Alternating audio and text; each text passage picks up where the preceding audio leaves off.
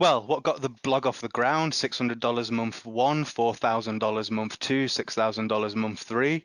What got that off the ground was literally I was creating the content, solving people's problems that I found in forums. Facebook groups didn't exist then. Um, and then going back into those same communities and helping people with their questions that were related to the topic, and at times linking to the tutorials that I'd created. Of which some of recommended affiliate products to solve the problem. That really is as in the you know in the trenches as you can be with it. I was Yeah, just sure. in the community, just engaging people with and helping them. That was it. Like I said, Yeah, connecting people's problems to solutions as quickly as possible. Um, when you haven't got any SEO standing, well, you got to go bang, you got to go knock on some doors, old school.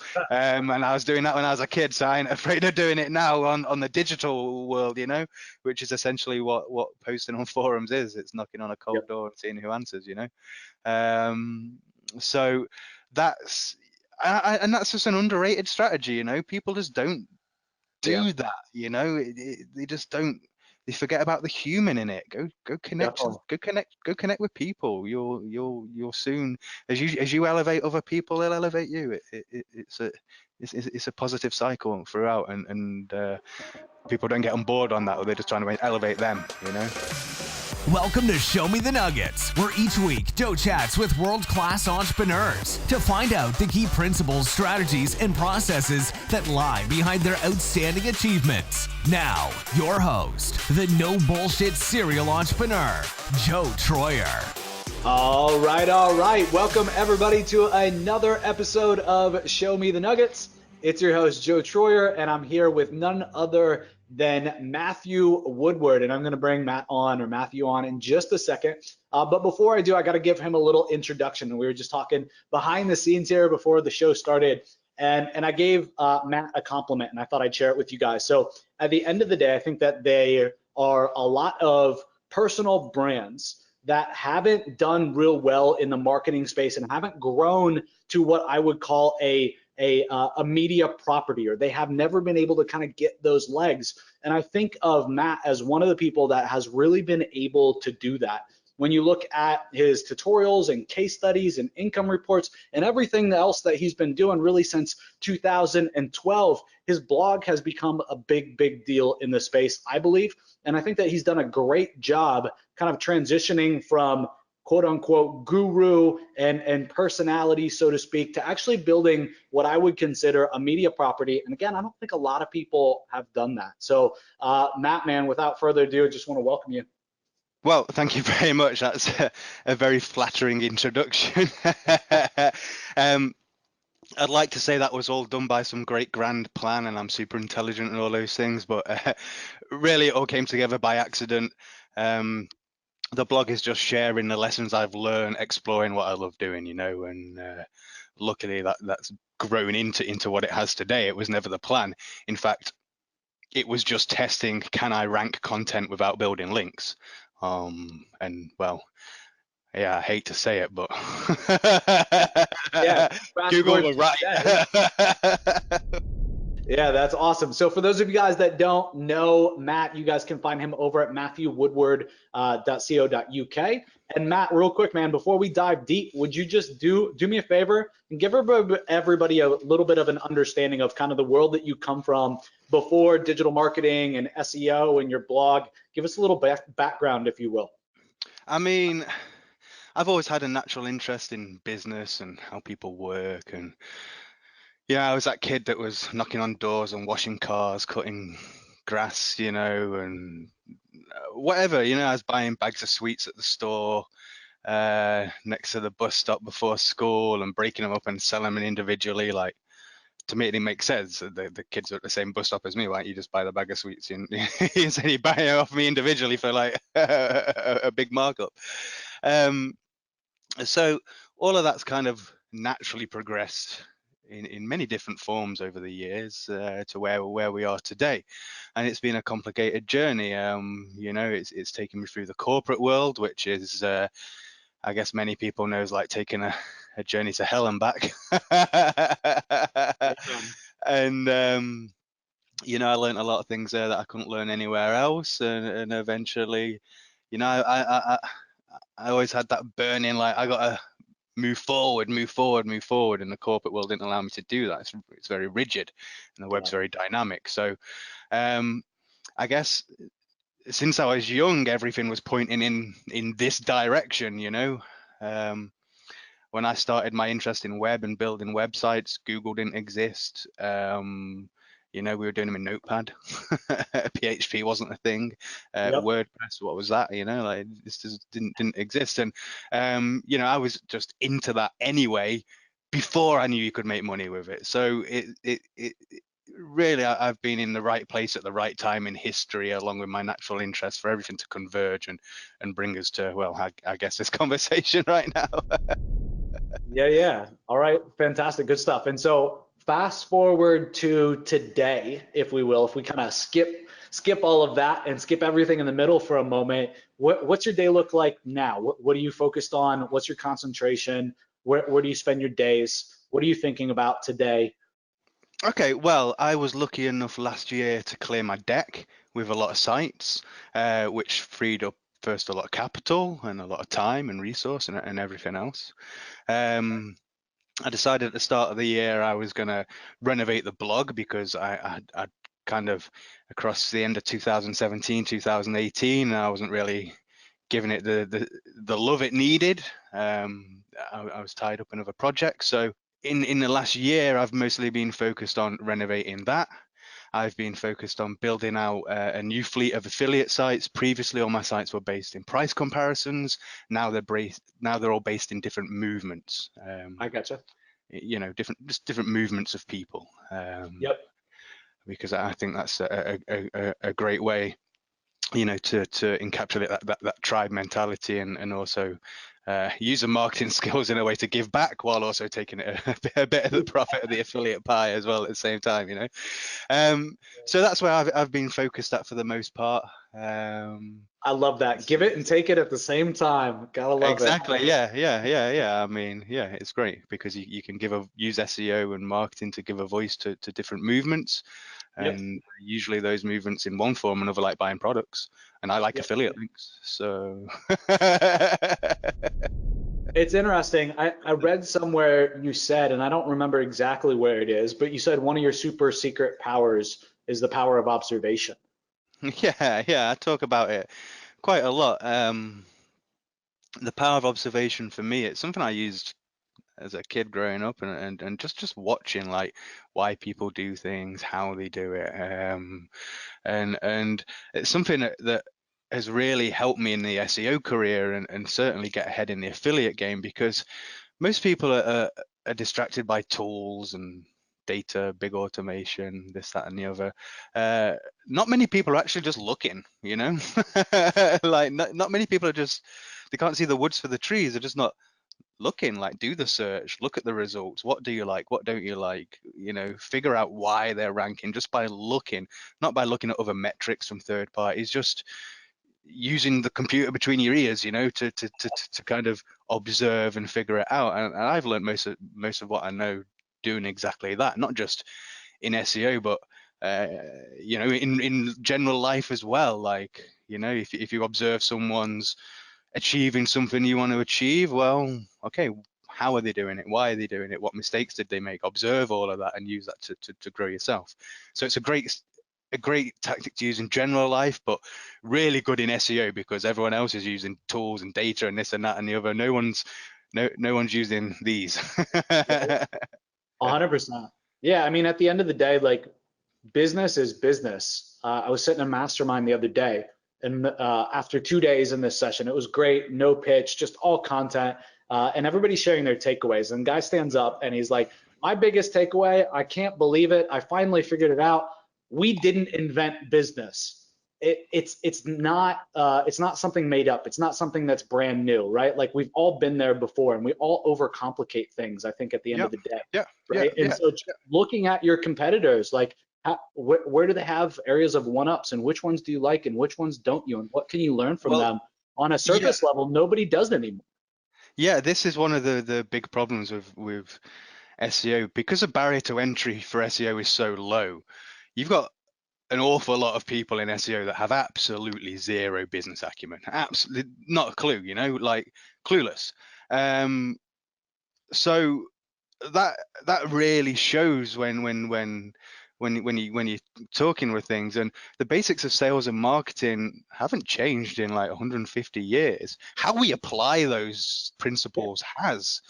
And it's easier to apply those principles ever before. Before, to do conversion tracking, they had to do like 5 different print ads with a different coupon and a different code, and then hopefully, like now that's just bang, click, like we have that.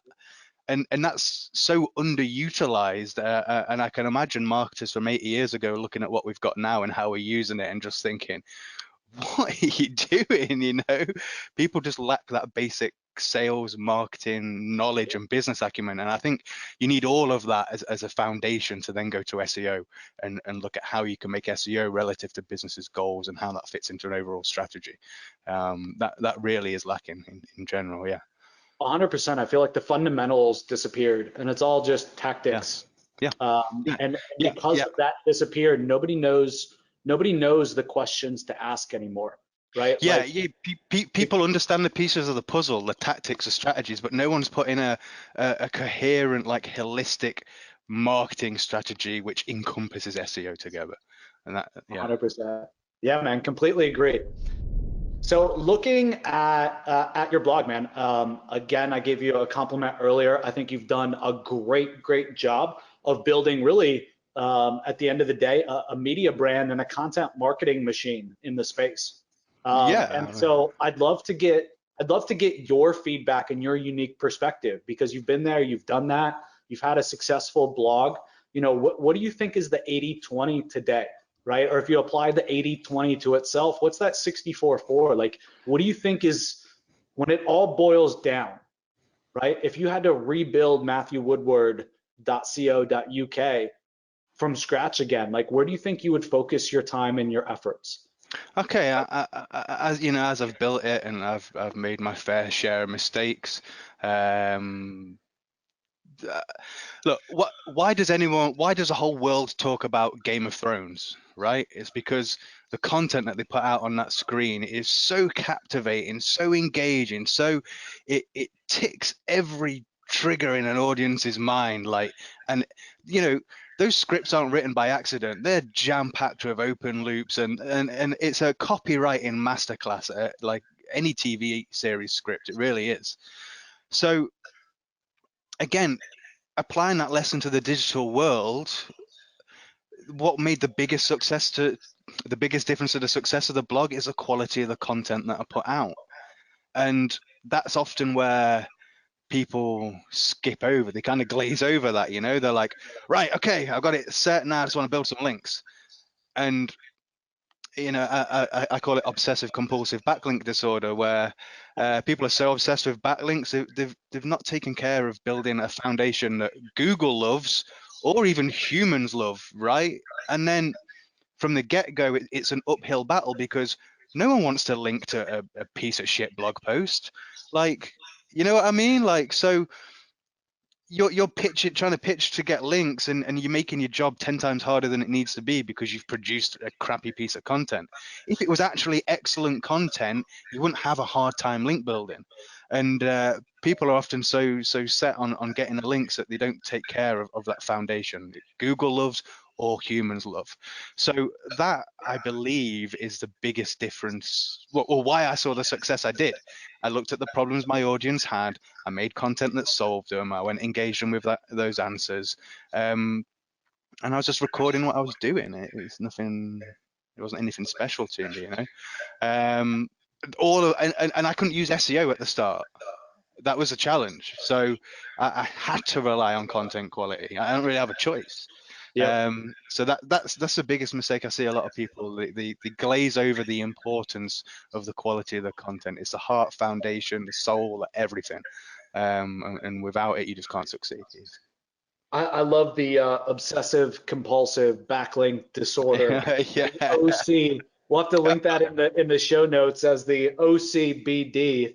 Yeah. So absolutely love that. But I think that everybody skips it skips what you just said, because it's, content is king and solving problems is really Yeah, the big thing, and understanding your audience. yeah, I think it ultimately, at the end of the day, it's like, what's their pain and what's their frustration, and then yeah, how do I help them get a result? And yeah. that's what your content has to be about. And I think that people have just went so tactical focused that they've lost perspective of that key principle. Yeah, yeah, and lots of people build Amazon affiliate sites, and like one question I love to ask is, what value does your site offer me over and above going direct to Amazon and searching for the product? And if you stutter with an answer to that question, you're doing something wrong, you know? For me, it was price comparisons. Granted, Amazon was mostly the cheapest, but it added the value there. They couldn't have got Yep. that value on Amazon, you know? So if you're just writing for a keyword and all the rest of it, well, you got to look where can I add value? And often adding value isn't that difficult. You just got to think a little bit. So if we really bring this home, when you look at your site, what do you think are the top posts that have added the most value, that have got the most traction, that have been the aha moments? And then how are you leveraging that kind of in those lessons moving forward? I think the whole thing's been an aha moment. Yeah, for There's sure. not there's not really like a certain thing that stands out to me. The blog's been there to share my lessons and ultimately elevate anyone that's reading it.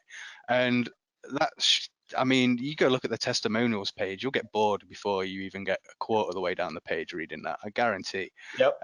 You know, it was because of how helpful my content is. I live in Costa Rica right now. It changed my entire life once I met someone, and that was through him reading my content, applying it, and seeing a big change in his business. And he sent an email to me. We met, like, and that changed my entire life. You know, it changed. Yeah, if it wasn't for the business, I wouldn't speak English. We only speak Spanish in the house. So there hasn't been one aha moment throughout it all. Yep. Really, it's just, if I can boil down the entire success, it's just focus on helping people solve their problems, connect people's problems to solutions as quickly as you can, and from that you'll find success in one way or another. Don't worry about how am I going to make the money. It will come back one way or another. Maybe some of your content's informational, sometimes it's more commercial, but always connect the person's problem to a solution through your content. Find a way to insert an affiliate link, that's great. But that's really the model that I use across all of my web properties. How can you give someone a solution to the problem as Yep. quickly as possible? And that's Wonderful. really it. Yeah. Yep. 100%. So when you have an idea and you decide that you want to write a piece of content on it, what's hmm your what's your what's your writing style, or how do you do that? Do you just lock yourself in a room and just one session and you bang it out? Do you do you outline it and think about it for a couple days and kind of come back to it? Like, what's your process? Or maybe there Okay. just So is no process, but yeah. how do No, you no. handle There's this there's a internally? process. Everything starts with an idea, right? So I have a notebook just of post ideas, and as I'm collecting those, and it's really important that you're involved in your community, even if you're just observing that community, the types of questions people are Yep. asking, the problems they're facing, the challenges they have, and those kinds of things. And just over time, you're going to naturally collect a range of content ideas where you can apply your expertise or knowledge in a way that helps people solve those problems, and that list will just naturally progress. At some point, you're going to look at that and be like, that one, that's it, without any data lookup, without anything, you're just going to know that's the one because of how you've been observing the community and the questions that are coming. You'll just know. Yep. Um, so when I feel like that about a post, then I outline it, short description, the purpose of it, what should the target word count be. I'm not a fan of 10 times in your content. To me, that's just a waste of resource. Go look what's ranking already. If there's a bunch of Yep. pages around 1,000 words ranking, they're the ones to you need to write Yeah. 1,000 words, or maybe 1,100. You definitely don't need to write 10,000 words. So just look what's already there, power of observation. Um, what do you like about each of them? What don't you like about each of them? What do they do well? What do they do bad? Where could you improve? Where could you add additional value? All of those things need to be covered when you're writing out your content specification. Then I just structure it out: introduction, headline, headline, headline, headline, headline, summary, and use that Yep. as the skeleton to write everything out, along with all of the other notes I've made from there. Once it's written, it's handed over to an assistant. They do all of the formatting for me. They take care of ordering any custom images, any infographics, and anything like that. They put it all together, and then it comes back to me. I take a review if we're happy with it.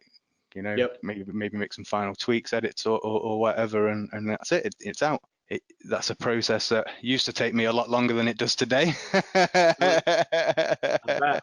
You've written your fair um, share of blog posts, that's for sure. yeah, I think there's been about 400 on the blog over the last 7 years.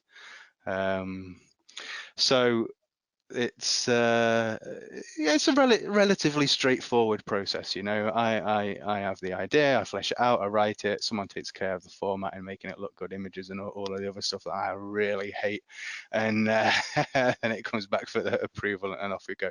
Sometimes we create a video. And I got a video studio right here behind me. Yep. In that case, similar thing. Content goes, create a script based off the content. I'll come stand here. This right here is a teleprompter, Yep. and I'll do the video here. And in that case, the video then just gets sent to an editor, and he takes care of it all. And then my assistant puts it in the post for my review. Beautiful. So that's a process we use. So, Mostly managed through Trello and okay. Hubstaff. Okay. Yeah, Yeah. definitely use Trello and Hubstaff as well. So very familiar with those tools. Yeah. Definitely would recommend them as well. Keeps things super simple. Both tools very easy to use, very Yeah. automated. Yeah, if you want to scale your business, you need those two tools. It's not even a question. Just go buy them. Well, Trello you don't 100%. even need to buy. It's free. Yeah. Yeah. What do you think are the things that get people caught up in that process? Like, what do you think your key takeaways are on that writing process and getting the content live, right? From the last 7 years of you perfecting that system. You said obviously it takes a lot less time now than it used to. Any takeaways on that? Yeah, first of all, process. You know, you got to have process. And before there wasn't process, it was just me kind of like with a list of ideas, knee-jerk reacting, no plan, no schedule, just like, whoa, that's cool, and oh shit, now I need some graphics. Well, I'm gonna, oh, I'll do them, and they looked awful. I spent a bunch of time doing them, looked awful, terrible, you know, and it wasn't, it just lacked organization and process completely. Yep. So once I actually stepped back and looked, I'm like, well, what is the process? And this, then that, then that, then that, then that. Okay, well, which bits do I hate? Huh, all that middle bit. Okay, well, how Yep. can I, you know, and just wrote the process out, sits in a Trello board, and Yep. you know, Beautiful. the blog post production just moves list to list down the line. You know, it's a production line. Yep. And I think a lot of people miss out on those systems and processes. Yep. But again, that goes back to not having that business acumen. You, Yep. you, you come into SEO almost from the wrong angle. If you've worked in a corporate world, oh, you know all about process. You That know, is for sure. yeah. It's That is for sure. yeah. I think that's where a lot of people have a small weakness. All right, great. So then that covers kind of the content side of things. What's worked for you, Matt, in terms of content promotion? What hasn't worked? What's been kind of the outliers for you, if you will? Well, what got the blog off the ground? $600 month one, $4,000 month two, $6,000 month three. What got that off the ground was literally I was creating the content, solving people's problems that I found in forums. Facebook groups didn't exist then. And then going back into those same communities and helping people with their questions that were related to the topic, and at times linking to the tutorials that I'd created. Of which some of recommended affiliate products to solve the problem. That really is as you know, in the, you know, in the trenches as you can be with it. I was Yeah, just sure. in the community, just engaging people and helping them. That was it. Like I said, connecting people's problems to solutions as quickly as possible. When you haven't got any SEO standing, well, you got to go bang, you got to go knock on some doors, old school. And I was doing that when I was a kid, so I ain't afraid of doing it now on the digital world, which is essentially what posting on forums is. It's knocking on a cold door and seeing who answers, So that's and that's just an underrated strategy, people just don't do that, they just don't. They forget about the human in it. Go connect, Definitely. go connect with people. You'll soon, as you elevate other people, they'll elevate you. It's a positive cycle throughout, and people don't get on board on that, or they're just trying to elevate them. 100%. Yeah, definitely. It's amazing. Like, I talk with so many agencies, for example, and they talk about, their systems, their processes, their whiz bang ideas. And when I ask them what's the result for the customer in 3 months or 6 months, they have no idea. What's the ideal result for the customer in 3 months or 6 months? They have no idea. What vertical is it that you're serving? I have no idea. Which of your prospects do you serve the best? Like, how many clients do they have? How big is their team? I have no idea. They just don't know who the customer is. It's data in a dashboard, and that's it. Yeah. And then it's like, so the biggest question I have for you, Joe, is how can I serve my audience better? It's like, just serve them, period. Like, just serve, just serve them. Yeah. And that flows back into what I'm saying. People are distracted by data and analysis and tools and automation, all this. Like we've become so disconnected in a way where we're actually more connected than ever. And I think we feel like, not just in business, but across society as well. And you're seeing it leaking into agency life as well. It's just how it is. But I think that's a great advantage for people to understand that. 100%. Because we're lacking that touch right now, Definitely 100%. As an entire society, I would definitely agree with you as well. So that's why I'm hiding in Costa Rica. So one of the things we try to do here on the podcast, Matt, and the reason that we call it Show Me the Nuggets, is I like to always get somebody to share a system that they have, a process that they have, something that they've learned, something that's actionable. Like, we've talked about some really good stuff, and everybody needs to definitely take notes so far on our takeaways. And we've been spot on in terms of takeaways in our businesses. They match up a lot. You got to bring the human factor back into it. And if you help enough people, get their result, right, you're going to get what you want out of life as well. That's correct. Yeah. What's in terms of SEO, like, to reel it in, what do you think is like a fast, actionable tactic that somebody could go implement, this weekend or tomorrow? A system and process that's not going to die, right? That they could go implement. We could keep this thing evergreen, and this will always be something that they come back to you and say, "Hey, Matt, man, that little piece of podcast, gold, and that nugget was fantastic." Yeah, I mean, like, what would that be? A lot of my success comes from doing the basics right, the basics of business, the basics of everything, laying the foundation. And one of the basics that it turns a lot of people off but is important is website speed. And the reason it's important is it's because it's not just one of Google's confirmed ranking factors, it's one of your customers' ranking factors as well. Now, Google built a tool, and take it with a pinch of salt if you like, but it allows you to put your business numbers into it and your current website speed and load time, and it tells you how much money you're losing per year.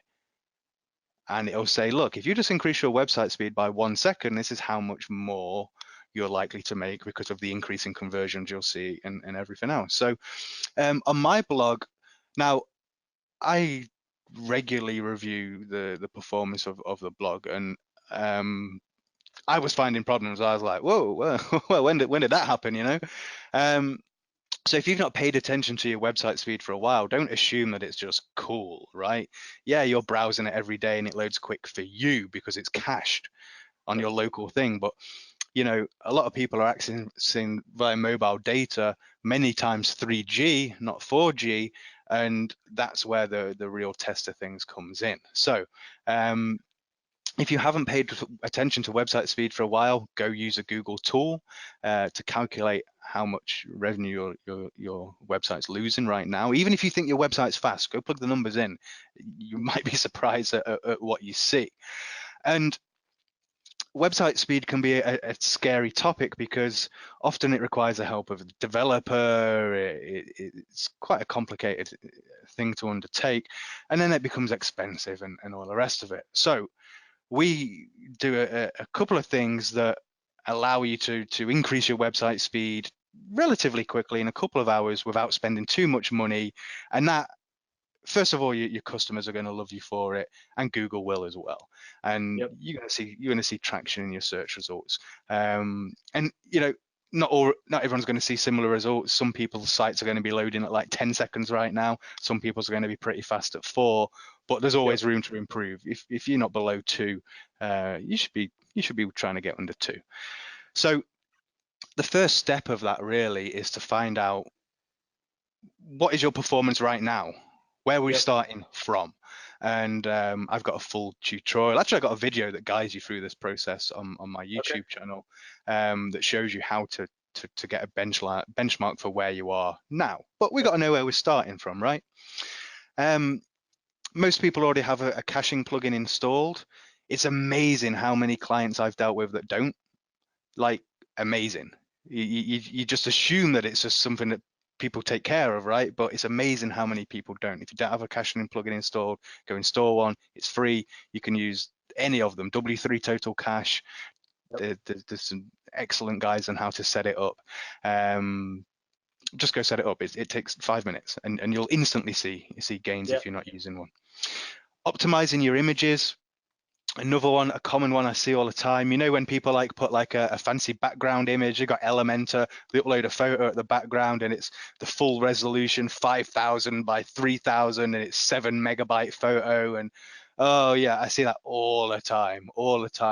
And images being resized, like just go and install a short pixel plugin. It'll cost you a bit of money, but it's going to reduce your image sizes by 60 to 70%. Okay. Now, if you haven't got any money, okay, well, go use the free WP Smush plugin. That will Yep. also reduce your image sizes by around 30 to 40%. But if you really, really care about website speed, short pixel, it's a very small investment and it will do wonders for your image compression, which, trust me, your mobile traffic will absolutely love you for, especially when I sat there on 3G trying to load that 7 meg photo. um, Another quick hack that you can do to increase website speed is to lazy load those images and videos. Now, if you don't know what lazy loading is, it's when you scroll and the images load dynamically as you're scrolling. Some of you may have had the experience where you're scrolling and the page is jumping all up and down and it's annoying. It's really bad user experience. But if you use the lazy loader plugin, completely free, there's a wee tick box that says include lazy sizes aspect ratio plugin. I cover it in the video in the post.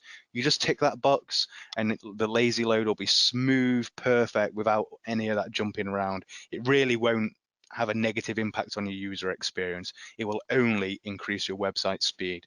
And trust me, I tried a bunch of plugins to find one that worked right. Full disclosure, I don't use it on the blog. I use WP Rocket. WP Rocket is a premium plugin. Again, it's a very small investment. It's one of the best purchases you will make for your business if you're not using it. It comes with a bunch of advanced features. It's got its own caching system. So if you're using a free caching plugin right now, you can replace it. And it does a bunch of other things like optimizing your Google Analytics scripts, any Facebook pixels, Google fonts, which are quite commonly used it does a lot of things in just a couple of clicks. And you'll see great benefits from using WP Rocket, but it does cost a bit of money. If not, you can just use W3 Total Cache for the caching and the lazy loader plugin for the lazy loading. You're going to miss a lot of features there, but if you haven't got budget, you haven't got budget. Those two Yep. things will certainly help. Once you've taken care of that, CloudFlare, it's a no-brainer for the most part. Completely free content delivery network. It has a bunch of other features that will help speed things up, such as enabling the Brotli compression and a bunch of other technical stuff you don't need to understand. Watch a video, I'll share how to set it up. And once you've taken care of those things, caching plugin, image compression, lazy loading, WP Rocket, for the most part, you're going to see drastic improvements in your overall site speed and how it's loading. So those benchmarks that you ran earlier, you're just going to run them again and see where you've improved. Now, that process I actually applied on my blog, and I took the average page size. Now, I was coming from a place of optimization. I was already optimized. It's something that I actively do. Many people listening won't be. So I was coming from an optimized place, and I took my average page size down from 2.2 meg to 0.8. So that's a 62% reduction. Page requests were down by 60%. Average load time went down by 41%. Before, my average Google page speed score on mobile was 28. In some cases, it was low as 14. Terrible. Let me tell you why you must be paying attention to your mobile page speed. If you haven't already been moved, you're going to be moved to the mobile first index. You likely got a message in Google Search Console. That means Google judges the performance of your desktop site on the performance of your mobile site first. So if your site loads really well and performs beautifully on a desktop, but it's an absolute dog on a mobile, that is an anchor that's costing you money every single day. It's got to be mobile first. It's got to be rapid, look good, and load well on mobile first. And that includes getting a good score on Google's page speed tool. Now, don't just think, oh, I've got a 90 score on the Google's page speeds tool, therefore my site loads fast. That's not necessarily true. You still need to go and do those checks yourself. But you certainly need to have a high score there. And you'll be surprised how many people don't, especially when you look at mobile. So when you take care of all of that, and again, it depends on the depth of the problem to how much of a increase in traction you're going to see. But that's something that you can do in a couple of hours without spending any money. If you do want to spend any money and upgrade your setup a little bit, you can do for less than kind of like $70, which I don't believe is a big investment for your business. And you'll see your customers will love you for it, and Google will love you for it. It's a confirmed Google ranking factor. And if you wondering how much your slow website, even if you don't think your website's slow, go plug the numbers into Google's tool to just get an estimate of how much revenue you may be losing a year. You'll probably be surprised, because well, I was. 100%. I probably do it about once a year, and I'm always shocked at how much bloat I've created, the team's created in just a year, or it could be 6 months. But I'm always like, I'm good, and then I have a weirder experience, or somebody says my shit's loading slow, and I'm like, what do you mean? And I'm all cocky about it, and I go look at it, and I'm like, holy crap, like we put a lot of bloat again. There's a problem. Sneaks in, or a plugin update is in the plugin's performing slow. There's so many ways it can creep in, even if you're active on it. So if you take your eye off the ball, it's very easy to see a big drop off there. But luckily it's pretty easy to fix as well. So just make sure you're paying attention to it. If you're not paying attention to it, you're losing money right now. I don't even know why you're still listening to me. Go do it right now. Just stop, go do it. There's no reason not to. But that's it's a common problem we see from our agency clients. It's a common problem when people drop me a comment saying, hey, what do you think of my site? I'm like, well, I got bored of waiting for it to load. Yeah, 100%. Yeah, and there were some good resources in there too. Some tools I've heard of, and some tools I haven't. I definitely haven't done anything with the lazy load, so that one was interesting for me. Definitely use WP Smush, but haven't heard of the other one. So I'll make sure and load that up as well. Some good resources there that I haven't seen and my team hasn't seen, that we'll definitely be checking out. So thank you. Definitely. No problem.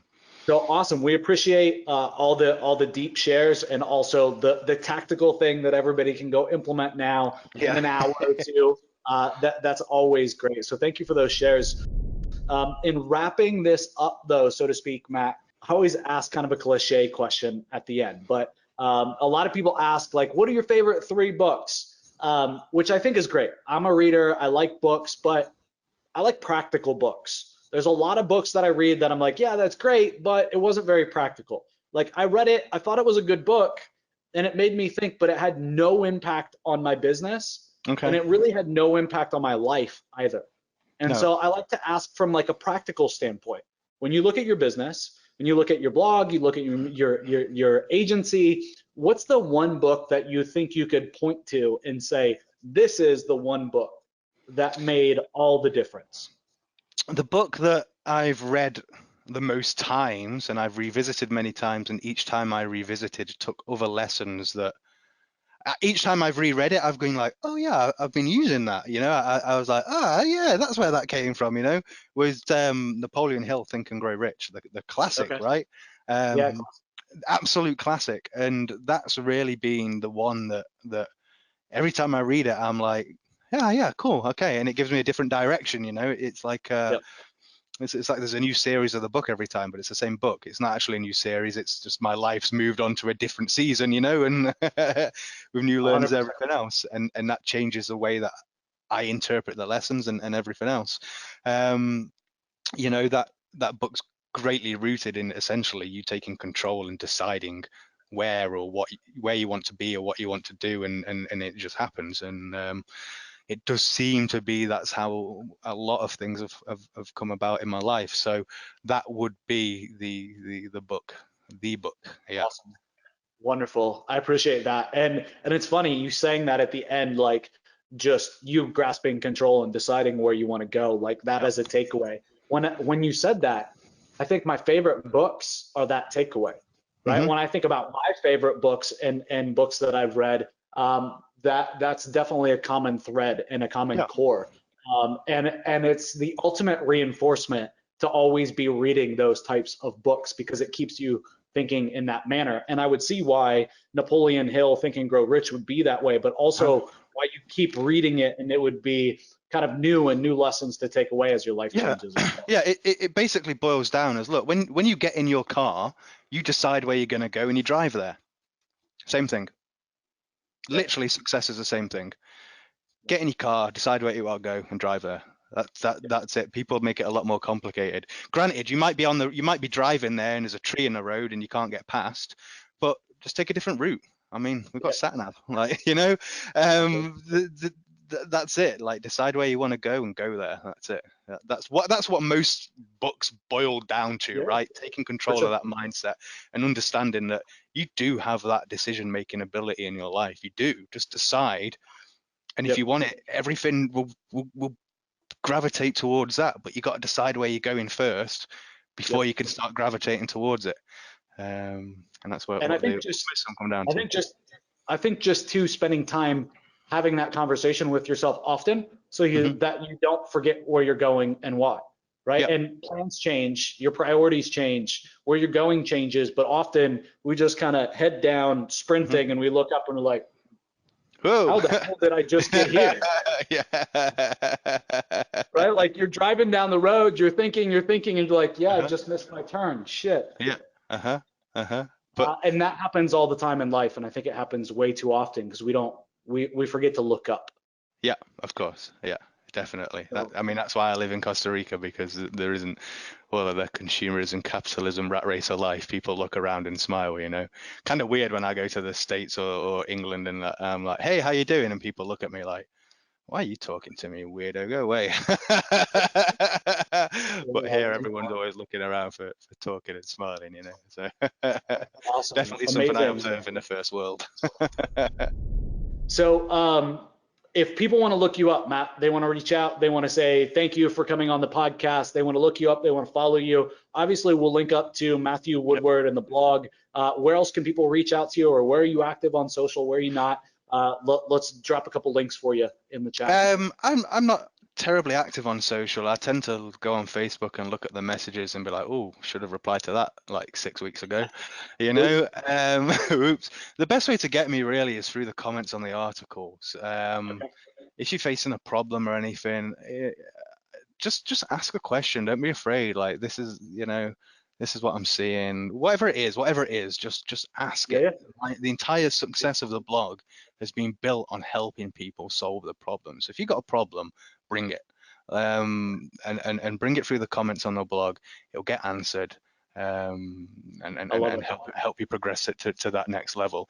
I haven't got a product to sell you. I haven't got anything really to promote or push you into, or anything else. Just hit the homepage. There's 3 categories: SEO, blogging, and working from home. If you're struggling to make your first dollar online, you want to go in there. And in there, it's all broken down by category of problem. Just find what it is, and that's really the best way. Ultimately, maybe you'll end up on my testimonials page, but that all starts from bringing me a problem. So don't be afraid to do that. I love that too, and I love that you do it publicly, right? It keeps that community going and growing, and it ties them into thinking about that problem and seeing it again. Yeah, So well, not absolutely everyone love doing appreciates that. it. No, I like it. I like it for sure. That's my style, so I like it. So Matt, Yeah. man, I just want to thank you again for coming on the show. I really appreciate it, and I know my community, everybody's going to get a ton of value out of this, and I'm sure the little nuggets behind the scenes and digging into your backstory, people will enjoy as well. I know that I did. So thank you so much, man. Yeah, for sure. And if we've touched on anything that we didn't drill down into, you want to know more about, just come find me and ask me the question. I'll gladly drill down into it more for you. Thank you for having me on. It's been a great talk, actually. Thank you. Yeah. Definitely appreciate it. All right, everybody. You've seen another episode of Show Me the Nuggets. We'll see you on the next episode. Have a fantastic day. Joe Troyer signing out.